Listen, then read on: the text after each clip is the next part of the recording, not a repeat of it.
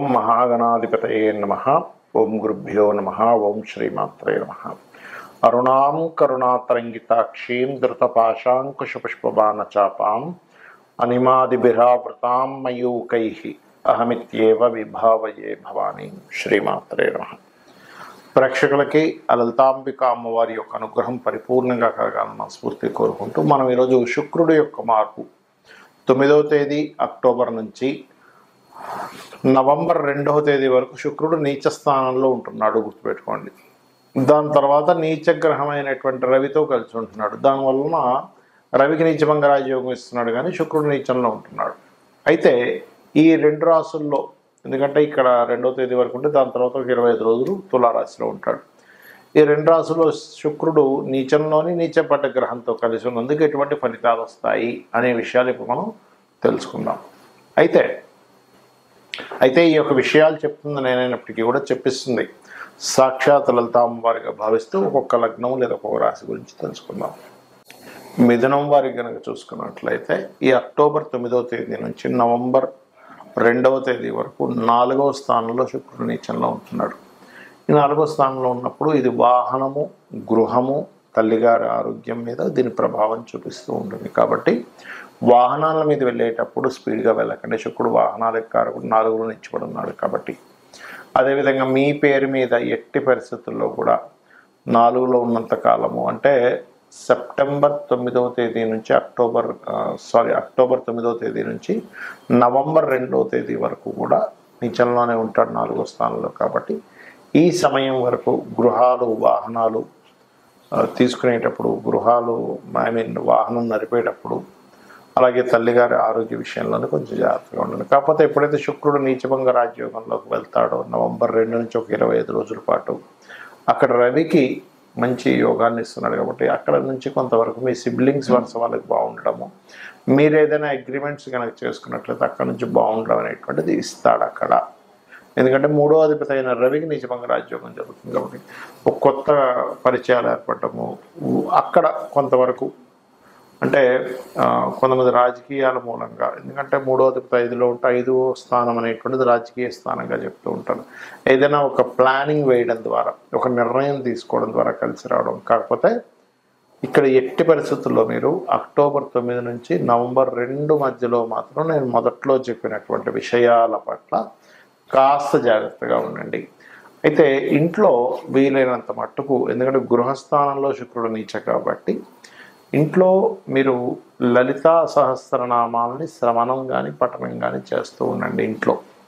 అలాగే గోశాలకు వెళ్ళి గోవులకి తీపి చపాతీలు అవి తినిపిస్తున్నట్లయితే అయిపోతుంది. ఇంట్లో వీలైనంత మట్టుకు కొంచెం అమ్మవారి యొక్క మందిరంలో ఎక్కువ పుష్పాలతో అలంకరణ చేయండి. అన్ని విధాలా మీకు బాగుంటుంది. సర్వసాధారణంగా శుక్రగ్రహం కనుక ఎవరికైనా జన్మజాతకంలో బాగుంటే ఎటువంటి ఫలితాలు ఇస్తుంది, ఇబ్బందిగా ఉంటే ఎటువంటి ఫలితాలు ఇస్తుందో చెప్పుకుందాం.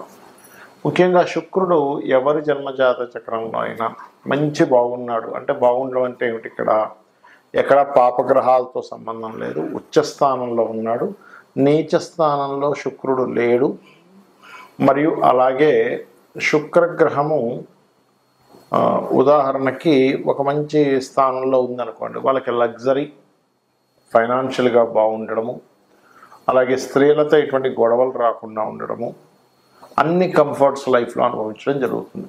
అదే శుక్రుడు కనుక పాపగ్రహాల్లో ఉండడము, కేతువుతో కలిసి ఉండడము, పాప కర్తరిలో ఉండడము, నీచ స్థానంలో ఉండడము, ఇలా జరిగిందనుకోండి, అప్పుడు వాళ్ళకి వివాహ జీవితంలో ఇబ్బంది. ముఖ్యంగా పురుషులకి, సహజంగా స్త్రీలకు కూడా శుక్రుడు వివాహానికి కారకుడు అవుతాడు కాబట్టి కుజుడిని తీసుకుంటాం. అదేవిధంగా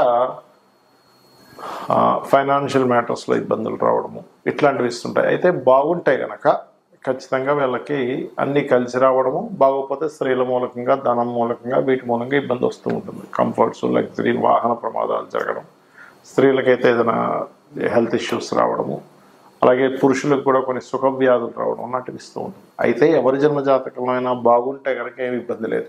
కానీ బాగున్నప్పుడు ఏం చేయాలి అనేటువంటిది చూసుకున్నట్లయితే, ఏ గ్రహాల ద్వారా పాపకర్తలు ఏర్పడిందో శుక్రుడికి, ఆ గ్రహాలకి సంబంధించినటువంటి రెమెడీ చేసుకోవాలంటే ఆ గ్రహాలకి దానం ఇవ్వడము అవి చేయాలి.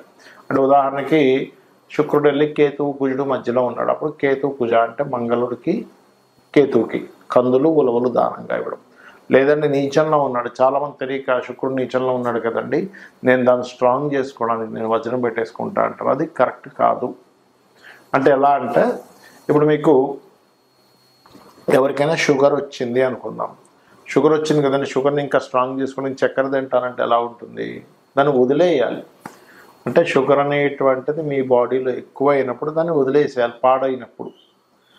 అలాగే ఇక్కడ వజ్రాన్ని ధరించకూడదు. కావాలంటే వజ్రం ఎవరికి ఏదైనా దేవాలయంలో ఏదైనా అమ్మవారి కోసం ధారణ కోసం ఇవ్వచ్చు, తప్పులేదు. కానీ అయితే శుక్రుడు పాడైనప్పుడు ప్రధానంగా మీరు బొబ్బర్లు అంటారు, బొబ్బర్లు దానంగా ఇవ్వడం, ఎక్కువగా గోసేవ చేయడము, శ్రీమాత్రే నమః అనే మంత్రం చేసుకోవడం మీరు ఎక్కువగా చేస్తుంటారు. అప్పుడు ఏమవుద్దంటే మీ యొక్క జన్మజాతకంలో స్త్రీ శాపం ఉంది. చాలామంది చూడండి స్త్రీ మూలకంగానే ఇబ్బంది అయిందంటారు. అంటే ఒక వివాహం చేసుకున్నాక అమ్మాయి కేసులు పెట్టేసి గందరగోళాలు చేసేస్తుంటుంది, అది స్త్రీ శాపం వల్ల జరుగుతూ ఉంటుంది. లేదా ఒక్కొక్కసారి ఎప్పుడు ఏ వాహనం తీసుకుని ఏదో ఒక యాక్సిడెంట్, సుఖ వ్యాధులు రావడం, ఇట్లాంటివి ఎయిడ్స్ ఇలాంటి వాటికి కూడా శుక్రుడే కారకుడు, గుర్తుపెట్టుకోండి. అంటే సుఖ వ్యాధులు అన్నిటికీ. అదేవిధంగా మూడవది ఏంటంటే పర్టికులర్గా శుక్రుడు సహజంగానే మనీ లిక్విడ్ క్యాష్ కారకుడు. ఎవరైతే లలితాసహస్రనామాల్లో ఓం సంపత్కరీ సమారూఢ సింధుర వ్రజసేవితాయే నమః అనే మంత్రం, లేదా ఓం ధర్మాధ్యక్ష ధనాధ్యక్ష ధనధాన్య వివర్ధిని నమః అనే మంత్రం చేసుకోవడం ఖచ్చితంగా శుక్రుడి యొక్క బలాన్ని పెంచుతుంది. వీటితో పాటు ఏమిటంటే ముఖ్యంగా పాలతో అభిషేకం చేయడం, అమ్మవారిని పాలతో అభిషేకం చేయడము, శివుణ్ణి పాలతో అభిషేకం చేయడము, వాటర్తో కూడా చేయొచ్చు, తప్పేం లేదు. కొంతమంది విభూతి కలిపి కూడా చేస్తారు. దీనివల్ల ఏమవుతుందంటే ఈ శుక్రగ్రహ ప్రభావం మనకి ఏదైతే నెగటివ్గా ఉందో దాని యొక్క ప్రభావం తగ్గుతూ ఉంటుంది. ఇంకొక విషయం ఏంటంటే చాలామందికి తెలియక లాభంలో అన్ని గ్రహాలు ఉంటే మంచిది అనుకుంటారు, కానీ శుక్రుడికి పనికిరాదు లాభస్థానము. ఏమిటండి లాజిక్ ఏమిటండి అంటే శుక్రుడు 12వ స్థానం నుండి బాగా యోగిస్తాడు. శయాసౌఖ్యానికి కారకుడు కదా. ఒక వ్యక్తి చక్కగా శయాసౌఖ్యం అనుభవిస్తున్నా అంటే 12వ స్థానం బాగుంటుంది. కానీ అదే 11లో ఉంటే 12కి 12వ స్థానం అంటే 12వ స్థానాన్ని వెనక్కి లాగేటువంటి స్థానంగా చెప్తారు. కాబట్టి ఇది వివాహ సంబంధించిన విషయంలోని, శయాసౌఖ్యం సంబంధించిన విషయాల్లోని, వివాహ జీవితకు సంబంధించిన విషయంలోనే ఇబ్బంది ఇస్తుంది. కాబట్టి ఈ శుక్రుడి విషయంలో ఈ జాగ్రత్తలు కనుక ఎవరైతే తీసుకుంటారో, ముఖ్యంగా శుక్రుడు బాగాలేడన్నప్పుడు స్త్రీలతో గొడవలు పెట్టుకోకూడదు, దూరంగా ఉండాలి. శుక్రుడు బాగాలేడన్నప్పుడు పర్టికులర్గా ఏంటంటే ఎక్కువగా మనం ఓవర్గా లగ్జరీ చేస్తున్నాము, దానివల్ల కూడా ఇబ్బంది ఇస్తాడండి. అంటే ఎలా ఉంటుందంటే నేను కొంతమంది జాతకాలు చూసినప్పుడు వాళ్ళకి ఒక టైం, ఒక 2 months 6 months కొంచెం బాగా డబ్బులు వస్తాయి. అప్పుడు దానికి అలవాటు పడిపోయి, లగ్జరీకి అలవాటు పడిపోయి వాళ్ళకి ధనం తగ్గినా కూడా అదే లగ్జరీ మెయింటైన్ చేస్తూ అప్పులు చేసేసి ఇబ్బంది పడుతుంటారు. కాబట్టి బాగోనప్పుడు ఓవర్ లగ్జరీ ఒకసారి ఇచ్చి మళ్ళీ కిందకి పడేస్తాడు, అప్పుడు ఇబ్బంది పడుతూ ఉంటారు. శుక్రుడు బాగుంటే బై బర్త్ నుంచి బాగా ఉంటుంది, లేదా ఆ మహాదశలు వచ్చినా కూడా కొంతమందికి శుక్ర మహాదశ అన్నారంటే యోగించట్లేదు అంటారు. అంటే దాని అర్థం ఏమిటంటే శుక్రుడు బాగోలేడని అర్థం. కాబట్టి రెమెడీస్ చేసుకోండి, అన్ని విధాలా బాగుంటుంది. శ్రీమాత్రే నమః.